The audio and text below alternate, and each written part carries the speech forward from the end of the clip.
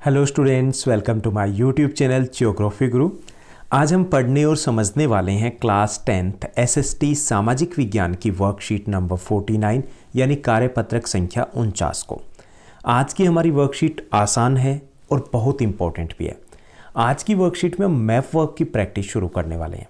Map work आपके total syllabus में यानी एनुअल एग्जाम में 5 मार्क्स के रहते हैं। उसमें से 2 मार्क्स का मैप वर्क है, वो सिलेबस रहेगा आपकी हिस्ट्री में से, और 3 मार्क्स के मैप वर्क से रिलेटेड क्वेश्चन पूछे जाते हैं आपकी ज्योग्राफी में से, यानी ज्योग्राफी भूगोल।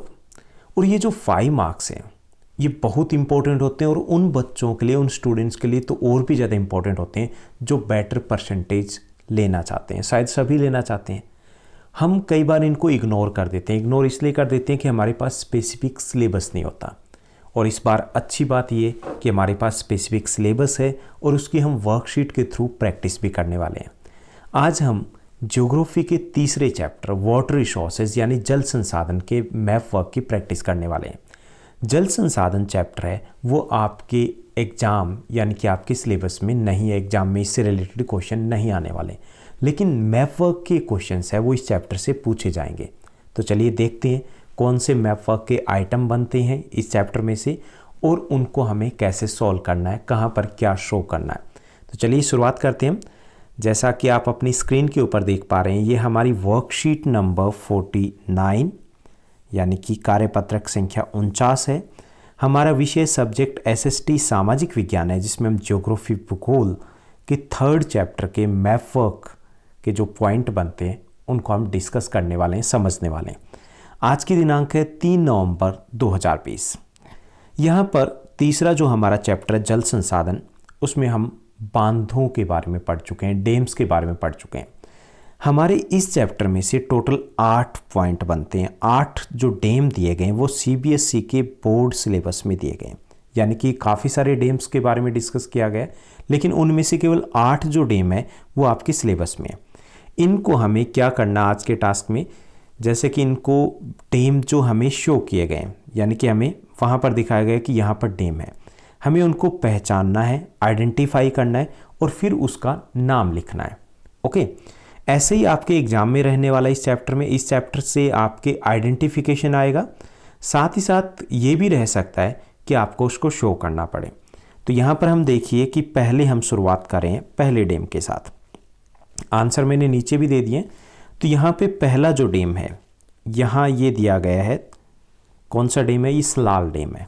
कहाँ है, जम्मू कश्मीर में है, और ये चिनाब नदी है उसके ऊपर बनाया गया है। यहाँ पर देखिए जहाँ पर ये एरो ख़त्म हो रहा है, लगभग यहाँ पर हमें इस डैम को शो करना है। ओके, अगर हमें शो करना हो। उसके बाद जो दूसरा डैम दिया गया है ये भाखड़ा नंगल डैम, पंजाब, हरियाणा, इन राज्यों के लिए काफ़ी ज़्यादा इंपॉर्टेंट है, इसके साथ साथ राजस्थान के लिए भी। ये जो डैम जहाँ पर शो किया गया एग्जैक्ट वहाँ पर नहीं, जो टिप आएगा इसका उसके बिल्कुल नीचे रहेगा, क्योंकि ये पंजाब की साइड में लेकिन बिल्कुल हिमाचल की बॉर्डर के साथ लगता है, और यहाँ पर चंडीगढ़ से थोड़ा ऊपर की तरफ। तो जहाँ पर ये टिप दिया गया उसके साथ, क्योंकि मैं यहाँ पर यूज़ कर रहा हूँ तो उसके ठीक से टिप नहीं लग पा रहा है, तो थोड़ा सा आपको देखना है कि उसी एग्जैक्ट जगह। ऐसे ये तीसरा जो डैम दिया गया, यानी कि ये हो गया सलाल डैम, जो सलाल है, और ये हो गया हमारा भाखड़ा नंगल डैम। ओके, उसके बाद यहाँ पर ये दिया गया टिहरी डैम। टिहरी डैम है, ये उत्तराखंड में है और टिहरी नदी के ऊपर ये बनाया गया। क्लियर। उसके बाद यहाँ पर दिया गया डैम राजस्थान में राणा प्रताप सागर डैम। राणा प्रताप सागर डैम है, ये कोटा के नज़दीक आ जाता है राजस्थान में। कोटा के बारे में आपने सुना होगा, और ये चंबल नदी के किनारे हैं। चंबल नदी जो मध्य प्रदेश से होते हुए राजस्थान में प्रवेश करती है, उसके ऊपर बनाया गया। उसके बाद जो चौथा दिया गया है ये दिया गया सरदार सरोवर डैम, जो आपके एग्जाम के लिए काफ़ी इंपॉर्टेंट रहने वाला है। यहीं पर रहेगा जहाँ पर टिप दी गई है, बिल्कुल यहाँ पर आपको शो करना है सरदार सरोवर डैम, और ये नर्मदा नदी के ऊपर है। इसको लेकर के काफ़ी सारा विवाद भी चल रहा है, इसको लेकर के नर्मदा बचाओ आंदोलन भी चल रहा है। उसके बाद हम आगे बढ़ते हैं। ये भारत का सबसे लंबा डैम है, सबसे लंबा डैम है हीराकुंड डैम। ओके, ये महानदी के ऊपर बनाया गया और उड़ीसा में है। क्लियर, यहीं पर है जहाँ पर टिप शो गई है, तो आपको थोड़ा सा आइडिया रखना कि ये कहाँ पर है। उसके बाद हम नीचे की तरफ चलते हैं तो यहाँ पर नागार्जुन सागर डैम दिया गया है। कौन सा है? नागार्जुन सागर डैम दिया गया है। ये जो डैम है ये दोनों राज्यों में है, तेलंगाना और आंध्र प्रदेश में फैला हुआ, यानी कि बिल्कुल बॉर्डर के ऊपर और कृष्णा नदी के ऊपर ये बनाया गया है। उसके बाद यहाँ पर दिया गया है, ये दिया गया हमारा तुंगभद्रा। कौन सा? तुंगभद्रा डैम है। ये तुंगभद्रा क्या है? ये एक नदी का नाम है और उसी के आधार पर इस डैम का भी नाम तुंगभद्रा ही रखा गया है। ये जो नदी है, रिवर है, ये कृष्णा नदी की सहायक नदी है। ओके, तो यहाँ पर आप देखिए कि कौन कौन से डैम है। दोबारा से हम रिवाइज कर लेते हैं। सलाल डैम है जम्मू कश्मीर में, भाखड़ा नंगल डैम है ये पंजाब में है, टिहरी डैम है ये उत्तराखंड में है, यहाँ पर राणा प्रताप सागर है चंबल नदी के ऊपर राजस्थान में है, यहाँ पर सरदार सरोवर डैम है ये गुजरात में है, हीराकुंड डैम है ये उड़ीसा में है, महानदी के ऊपर बनाया गया।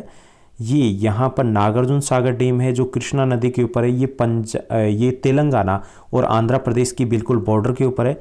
यहाँ पर ये तुंगभद्रा डैम है जो कि तुंगभद्रा नदी के ऊपर है। तो कितने हो गए हमारे टोटल ये जो डैम होते हैं, ये डैम हो गए 8। तो आपके सिलेबस में इस चैप्टर में से 8 पॉइंट दिए गए हैं जो मैप वर्क में पूछे जा सकते हैं। एक बार अच्छे से प्रैक्टिस कीजिएगा, बस हो गया, यानी कि आपका 1 मार्क्स कन्फर्म हो जाता है इसी चैप्टर के साथ। इनके आंसर है मैंने नीचे भी दिए हैं। अगर आपको स्टेट वाइज कहीं पे प्रॉब्लम हो तो यहाँ से भी नोट कर सकते हो, क्योंकि आपके लिए ईजी रहेगा उसके बाद इसको ठीक से मेंशन करना। तो आज की इस वर्कशीट में बस इतना ही। उम्मीद करता हूँ आप बेहद अच्छे तरीके से पढ़ रहे होंगे। ऐसे ही आप पढ़ते रहिए, आगे बढ़ते रहिए।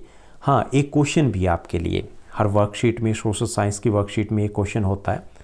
हमने डैम्स की बात की है, आपको बताना है कि भारत का सबसे लंबा डैम कौन सा? सबसे लंबा जो डैम है, बांध है, उसका नाम बताना है। Thank you, bye bye, have a nice day.